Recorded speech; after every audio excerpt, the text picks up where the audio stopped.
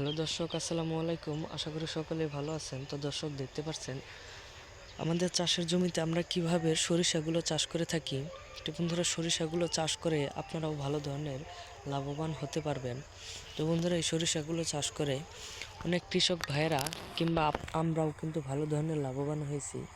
তো বন্ধুরা, আপনারা যদি আপনাদের এই চাষের জমিতে আপনারা এই সরিষাগুলো চাষ করতে পারেন, কিংবা ধান কাটার পরই আপনারা হাল চাষ করে এই ধরনের সরিষাগুলো চাষাবাদ শুরু করতে পারেন, তাহলে বন্ধুরা ভালো ধরনের লাভবান হতে পারবেন। তো বন্ধুরা, এই ধরনের এই জমিতে প্রচুর পরিমাণের সরিষা হয় এবং আপনারা এই জমিতে প্রচুর পরিমাণে সরিষা হওয়ার পরে আপনারা সেইগুলো বাজারে বিক্রি করতে পারবেন। পাশাপাশি আপনারা নিজেরাও কিন্তু খেতে পারবেন এবং আপনারা নিজেরা সরিষার তেল তৈরি করে বাজারে বিক্রি করতে পারবেন। পাশাপাশি আপনারা বিক্রি করে ভালো টাকা ইনকাম করতে পারবেন শুধুমাত্র ওই সরিষা থেকে।